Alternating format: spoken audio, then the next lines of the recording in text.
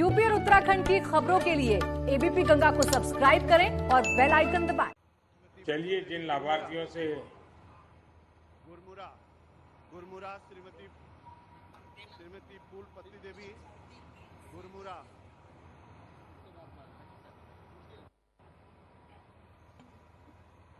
फूलपति जी नमस्ते। नमस्ते। आप कैसे हैं?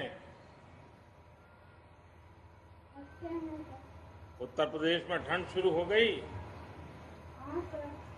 अच्छा, मुझे बताया गया है कि आप कोरोना काल में मास्क बनाकर लोगों को बांट रही है और मदद कर रही है। ये जनसेवा के इस काम में ये आपको अनुभव कैसा रहा? और लोग ये बात मानते हैं कि मास्क पहनने वाली?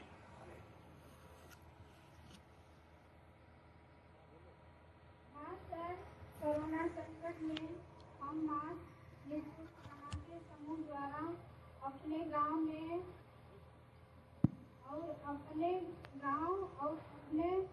किसान दीदी भैया समूह द्वारा अपने गांव में और अपने किसान दीदी भैया और मजदूर मनरेगा में काम करे वाला है उन सबके बांटे। कितनी महिलाएं आपके साथ काम करती हैं फूलपति? साहब, हमारे गांव में हमारे समूह में 14 महिलाएं हैं। अब तक कितना मास्क बांटा होगा आपने लोगों को? कितने लोगों को मास्क पहुंचाया होगा आपने?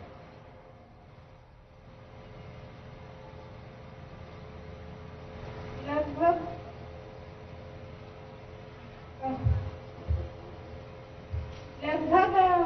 वहाँ हम अपने गांव से लेके अच्छा, जिले से लेके ब्लॉक से 1000 मास्क बंटे हैं। ये जो पानी का कार्यक्रम बड़ा बना रहे हैं हम लोग, घर घर पाइप से पानी पहुंचेगा, तो ये बात आप सब महिलाओं के बीच में, गांव के लोगों में पहुंच गई है क्या? हाँ साहब, हमारे समूह में गांव के महिलाओं से मिली किए गए ताकि हम लोग के घर घर पानी का दिक्कत रहा था यहाँ। नहीं, क्या लगता है सब गांव वालों को क्या लगता है, ये पानी की व्यवस्था होगी तो क्या फायदा होगा? क्या लगता है आपको? साहब, हमारे गांव में पानी की सुविधा ताकि घर घर पानी मिली, ताकि जौन दीदी भैया हमारे यहाँ नदी से और कुआं से कितना दूर से लाना पड़ता है? 1 किलोमीटर दूरी, 1.5 किलोमीटर दूरी से। और पानी कैसा होता है? पानी शुद्ध होता है या ऐसा ही पानी? नहीं आपको साहब। अब जब साफ पानी मिलेगा तो लोग पानी बचाएंगे कि पानी बर्बाद करेंगे? क्या लगता है आपको? नहीं साहब, पानी बचाएंगे। पक्का बचाएंगे? हाँ साहब। देखिए, पानी का महत्व क्या है, पानी के बिना जिंदगी कितनी कठिन है, ये हमारी माताएं बहनें बहुत अच्छी तरह समझती हैं। और मैं जब गुजरात में था मुख्यमंत्री, हमारा कच्छ जो है वो तो पूरा रेगिस्तान है। जैसे आपका विंध्य में पानी की दिक्कत है, जैसे बुंदेलखंड में पानी की दिक्कत है, वहां रेगिस्तान में भी यही हाल था। तो हमने महिलाओं की कमेटियां बनाई और उन्हीं को काम दिया। इतना अच्छा काम किया बहनों ने, वो सारी चीजों को संभालना, लोगों से टैक्स वसूल करना, कभी खराब हो जाए तो रिपेयरिंग करना, सब काम बहनें करती थी। उनको एक बहुत बड़ा अवार्ड भी मिला था। तो मैं चाहूंगा कि महिलाओं में अगर जागृति रहेगी तो पानी का काम भी अच्छा होगा और पानी बचाव का भी काम अच्छा होगा। तो फूलपति जी, अब आपका जो स्वसहाय जूथ है उनको आपने ट्रेन करना चाहिए पानी के लिए, उनको समझाना चाहिए, गांव गांव जाना चाहिए पानी कैसे बचाना। तो करेंगे आप लोग? हाँ, पक्का करेंगे? पक्का करेंगे साहब। चलिए, आपको बहुत बहुत धन्यवाद, बहुत बहुत शुभकामनाएं।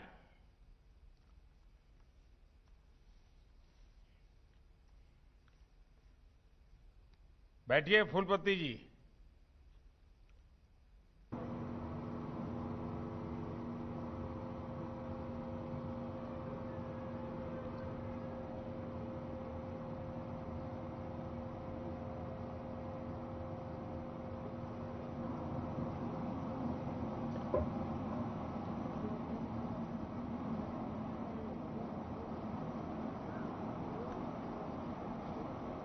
योगी जी, मुझे लगता है कि काफी बच्चे बहुत आवाज डिस्टरबेंस आ रहा है, तो हम ऐसा करेंगे, अब हम ये बातचीत का कार्यक्रम यहीं पर स्थगित करके कुछ विषय मैं बता दूं ताकि समय लोगों का बर्बाद ना हो। माननीय प्रधानमंत्री जी से अनुरोध है कि हम सबको अपने आशीर्वचनों से अनुग्रहित करने की कृपा करेंगे।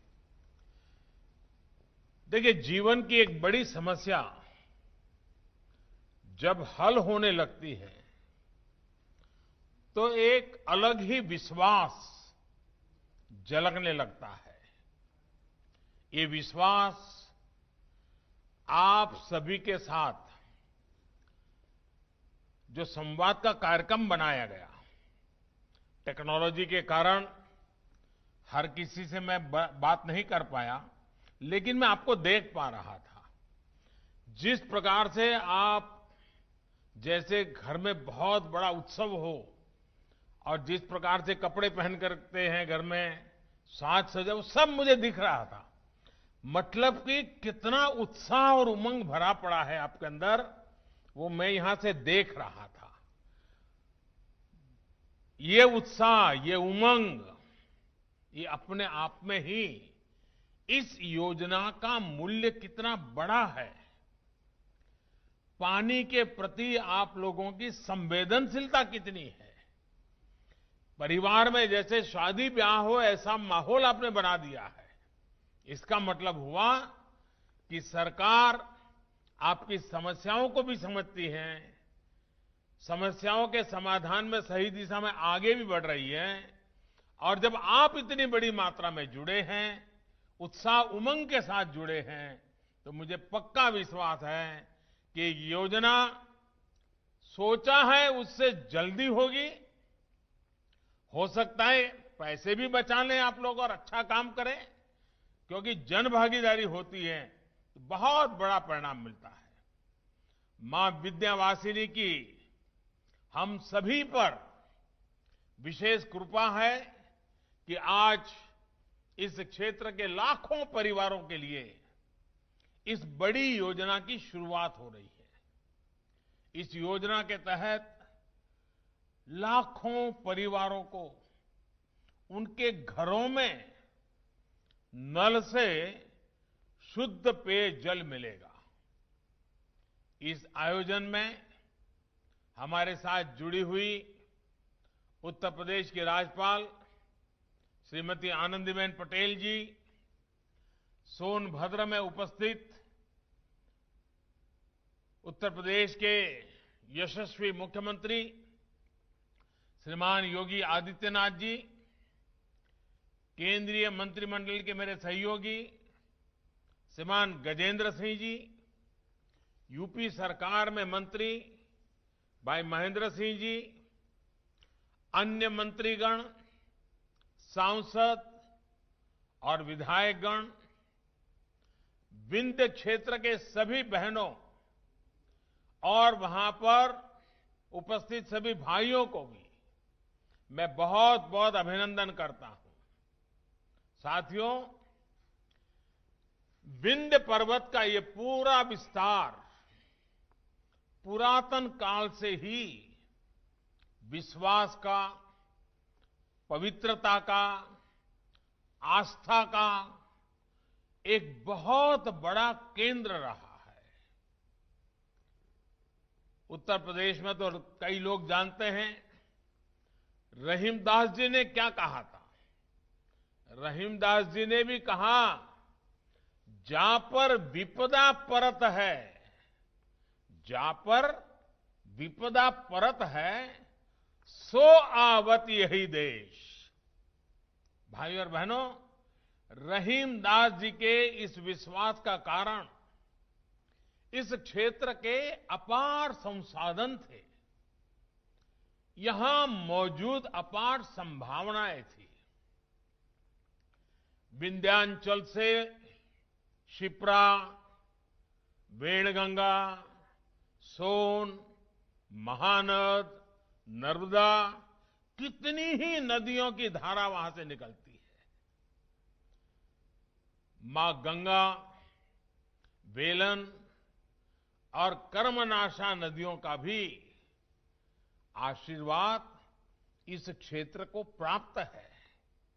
लेकिन आजादी के बाद दशकों तक अगर उपेक्षा का शिकार भी अगर कोई क्षेत्र हुआ है तो यही क्षेत्र सबसे अधिक हुआ है।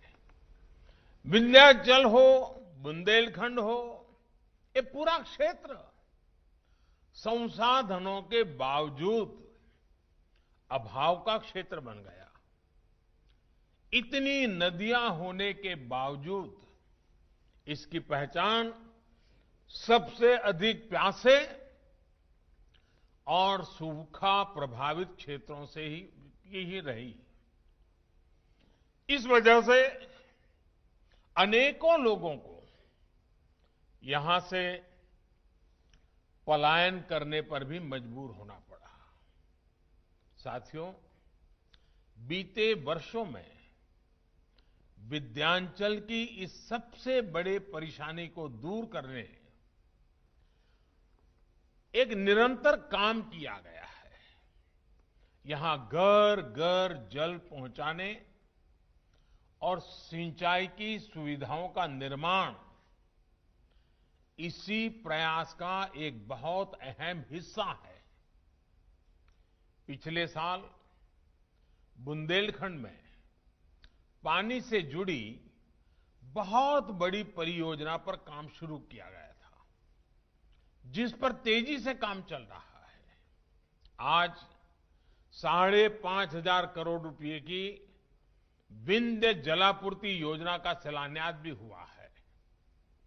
इस परियोजना के लिए सोनभद्र और मिर्जापुर जिलों के लाखों साथियों को और विशेष स्तर पर माताओं, बहनों और बेटियों को बहुत बहुत बधाई का ये अवसर है।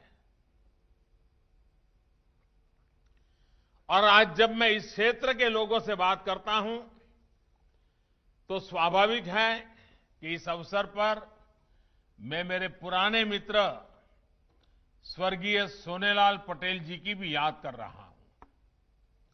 वो इस इलाके की पानी की समस्या को लेकर बहुत चिंतित रहते थे। इन योजनाओं को शुरू होते देख आज सोनेलाल जी की आत्मा जहां भी होगी उनको बहुत संतोष होता होगा और वे भी हम सब पर आशीर्वाद बरसाते होंगे।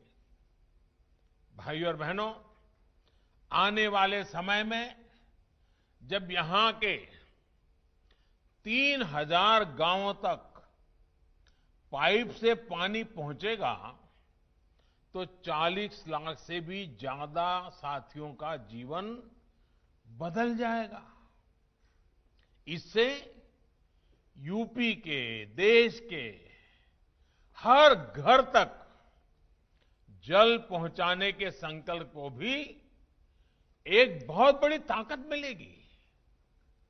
ये परियोजना कोरोना संक्रमण के बावजूद विकास यात्रा को तेजी से आगे बढ़ते उत्तर प्रदेश का भी एक उदाहरण है।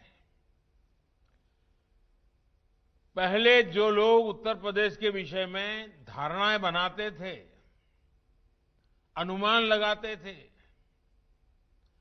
आज जिस प्रकार से उत्तर प्रदेश में एक के बाद एक योजनाएं लागू हो रही हैं, उत्तर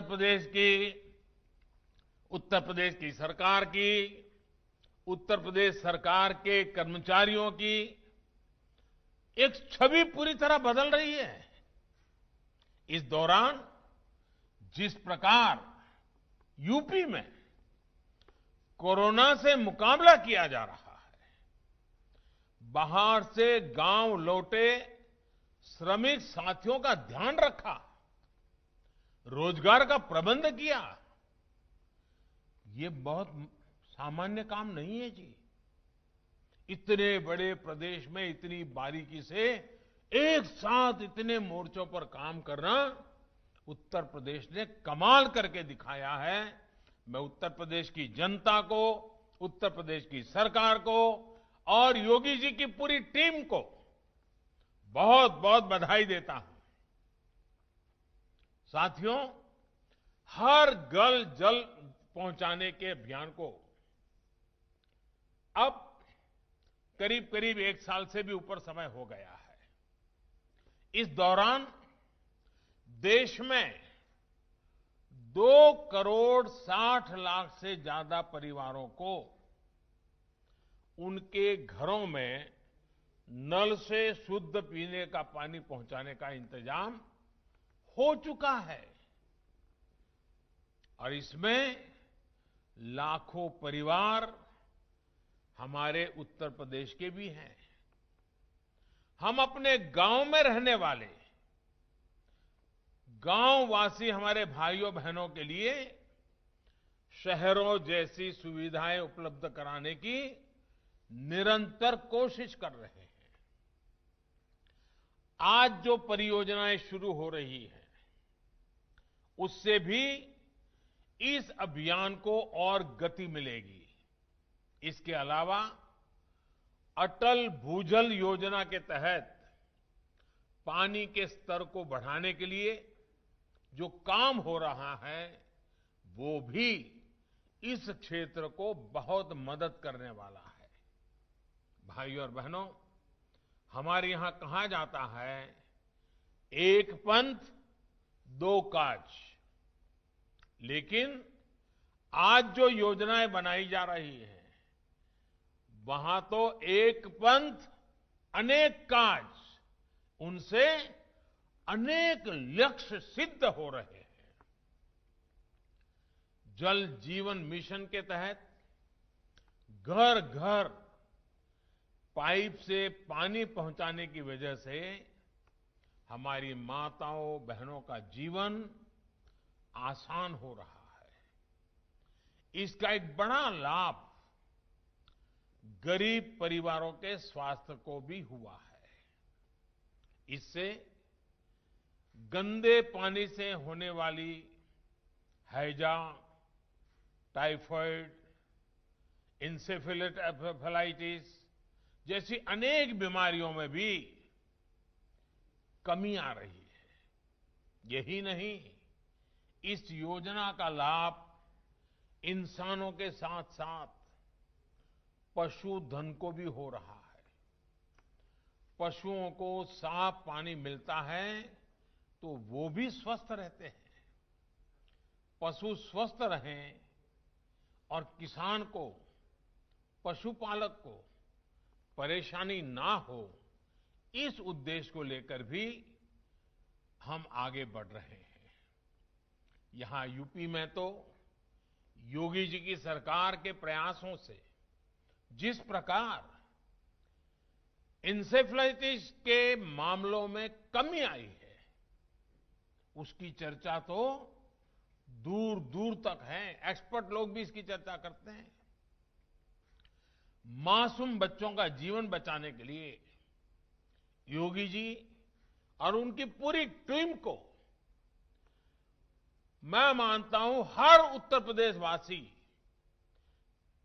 इतने आशीर्वाद देता होगा, इतना आशीर्वाद देता होगा, शायद जिसकी हम कल्पना नहीं कर सकते।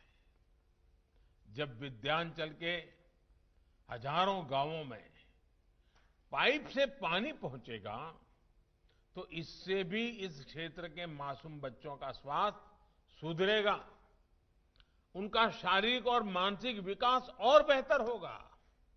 इतना ही नहीं, जब शुद्ध पानी मिलता है तो कुपोषण के खिलाफ जो हमारी लड़ाई है, पोषण के लिए हम जो मेहनत कर रहे हैं, उसके भी अच्छे फल उसके कारण मिल सकते हैं।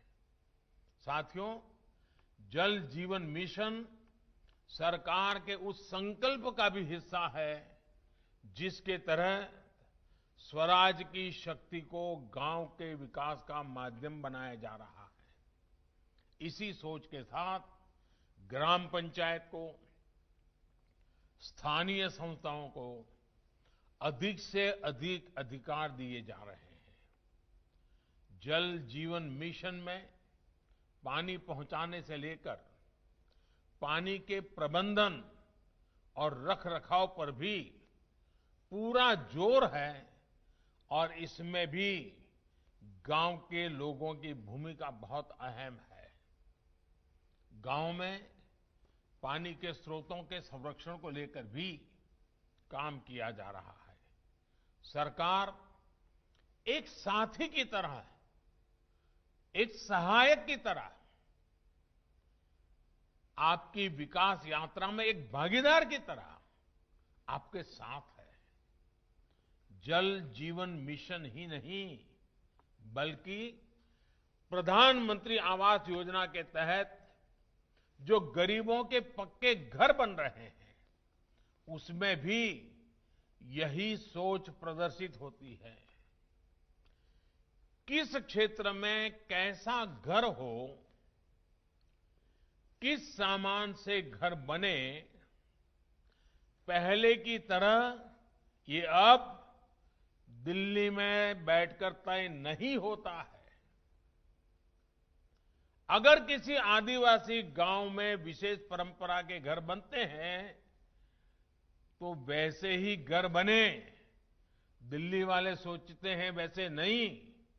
वहां का आदिवासी जो चाहेगा, जैसा चाहेगा, जैसी उसकी रहन सहन है, वैसा घर बने, ये सुविधा दी गई है। भाई और बहनों, जब अपने गांव के विकास के लिए खुद फैसले लेने की स्वतंत्रता मिलती है, उन फैसलों पर काम होता है, तो उससे गांव के हर व्यक्ति का आत्मविश्वास बढ़ता है।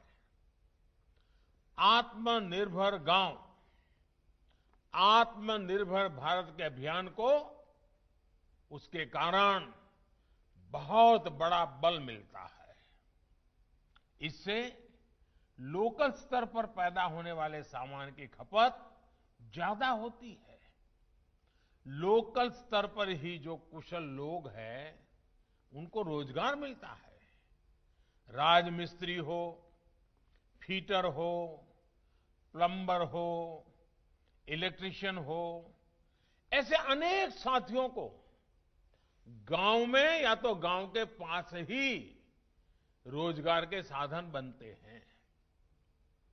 साथियों, हमारे गांवों को, गांव में रहने वाले गरीबों को, आदिवासियों को जितनी प्राथमिकता हमारी सरकार ने दी, उतनी पहले नहीं दी गई।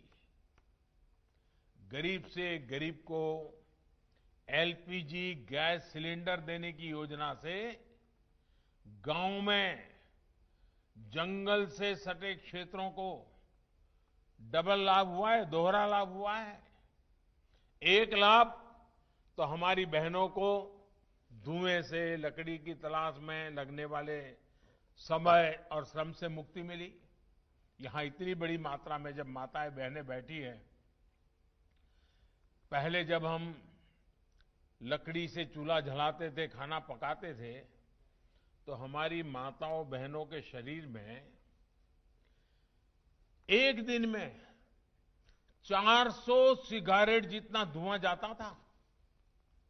घर में बच्चे रोते थे, मां खाना पकाती थी, 400 सिगरेट जितना धुआं इन माताओं बहनों के शरीर में जाता था। क्या होगा उनके हाल का, उनके शरीर का क्या हाल होता होगा? उसको मुक्ति दिलाने का एक बड़ा अभियान हमने चलाया और घर घर गैस का चूल्हा, गैस का सिलेंडर, ताकि मेरी इन गरीब माताओं बहनों को उन 400 सिगारेट जितना धुआं अपने शरीर में न लेना पड़े, ये काम करने का प्रयास किया है। दूसरी तरफ ईंधन के लिए जंगलों के कटान की मजबूरी भी इससे खत्म हुई है। देश के बाकी गांवों की तरह यहां भी बिजली की बहुत बड़ी समस्या थी। आज ये क्षेत्र सौर ऊर्जा के क्षेत्र में दुनिया में अग्रणी बनते जा रहा है। भारत का अहम केंद्र है। मिर्जापुर का सौर ऊर्जा प्लांट यहां विकास का नया अध्याय लिख रहा है। इसी तरह सिंचाई से जुड़ी सुविधाओं के अभाव में विंध्याचल जैसे देश के अनेक क्षेत्र विकास की दौड़ में पीछे रह गए। लेकिन इस क्षेत्र में बरसों से लटकी सिंचाई परियोजनाओं को पूरा किया जा रहा है।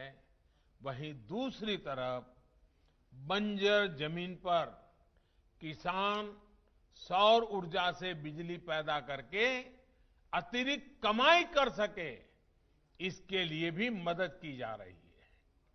हमारा अन्नदाता ऊर्जा दाता बने।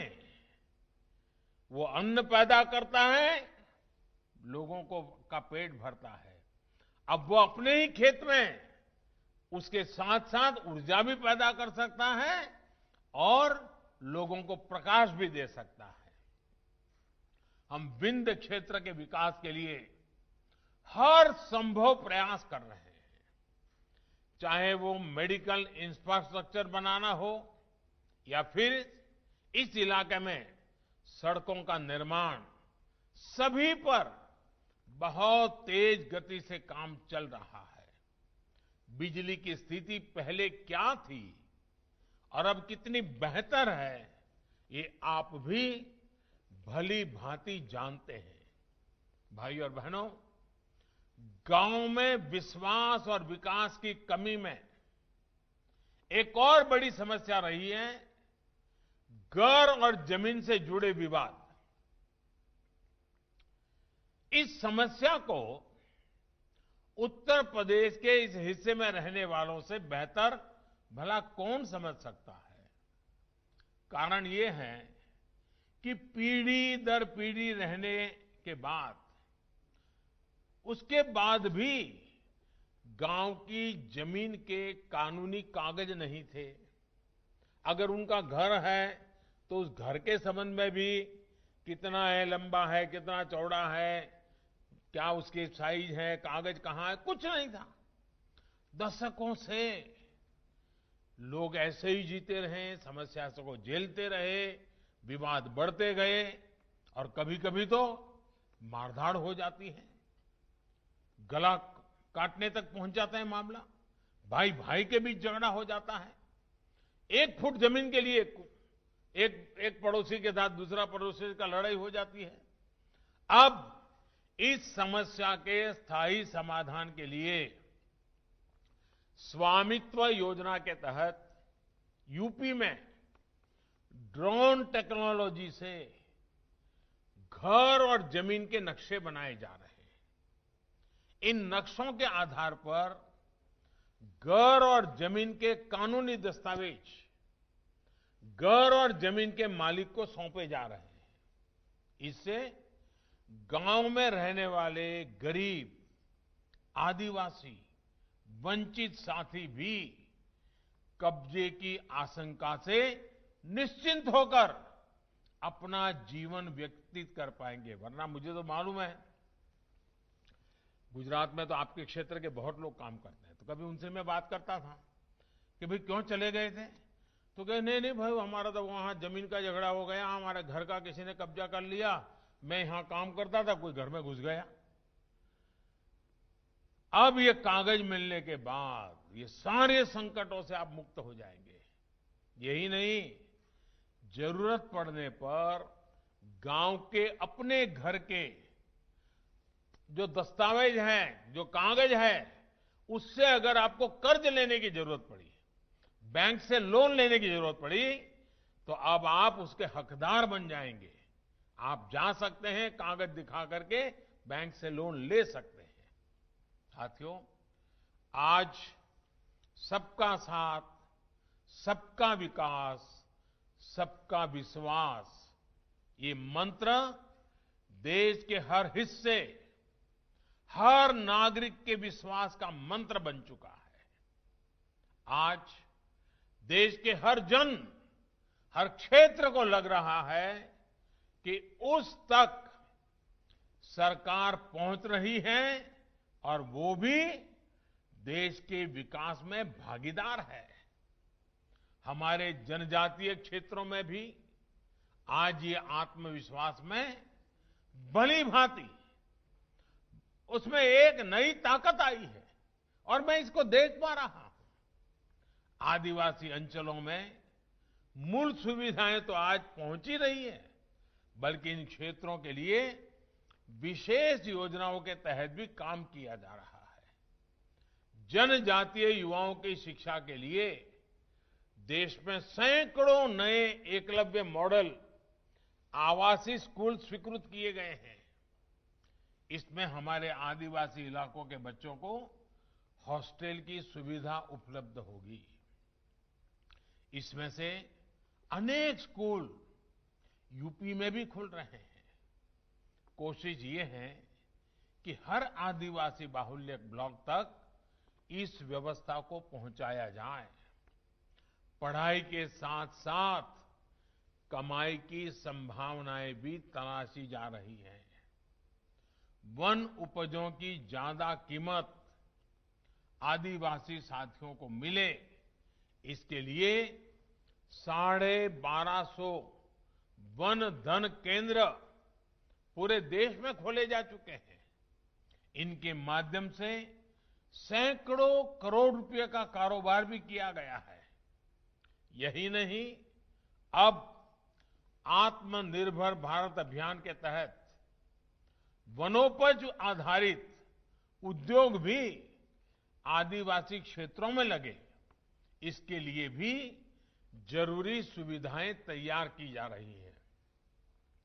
आदिवासी क्षेत्रों के विकास के लिए पैसे की कमी ना हो, इसके लिए डिस्ट्रिक्ट मिनरल फंड बनाया गया है। सोच ये है कि आदिवासी क्षेत्रों से निकलने वाली संपदा का एक हिस्सा उसी क्षेत्र में लगे। उत्तर प्रदेश में भी इस फंड में अब तक लगभग 800 करोड़ रुपए इकट्ठा किए जा चुके हैं। इसके तहत 6,500 से ज्यादा प्रोजेक्ट स्वीकृत भी किए जा चुके हैं और सैकड़ों प्रोजेक्ट पूरे भी हो चुके हैं। साथियों, ऐसे ही काम आज भारत के आत्मविश्वास को प्रतिदिन बढ़ा रहे हैं। इसी आत्मविश्वास के दम पर आत्मनिर्भर भारत बनाने में हम सभी जुटे हैं। मुझे विश्वास है कि विंध्य जलापूर्ति योजना से ये आत्मविश्वास और मजबूत होगा। हां, इस बीच आपको ये भी याद रखना है कि कोरोना संक्रमण का खतरा अभी भी बना हुआ है। 2 गज की दूरी, मास्क और साबुन से साफ सफाई के नियम किसी भी हालत में भूलने नहीं हैं। जरा सी ढिलाई खुद को, परिवार को, गांव को संकट में डाल सकती है। दवाई बनाने के लिए हमारे वैज्ञानिक कठिन तप कर रहे हैं। दुनिया भर के वैज्ञानिक लगे हुए हैं। सबसे धनवान देश के लोग भी लगे हैं और गरीब देश के लोग भी लगे हैं। लेकिन जब तक दवाई नहीं, तब तक ढिलाई नहीं। आप इस बात को ध्यान में रखेंगे, इसी विश्वास के साथ आपका बहुत बहुत धन्यवाद और बहुत बहुत शुभकामनाएं।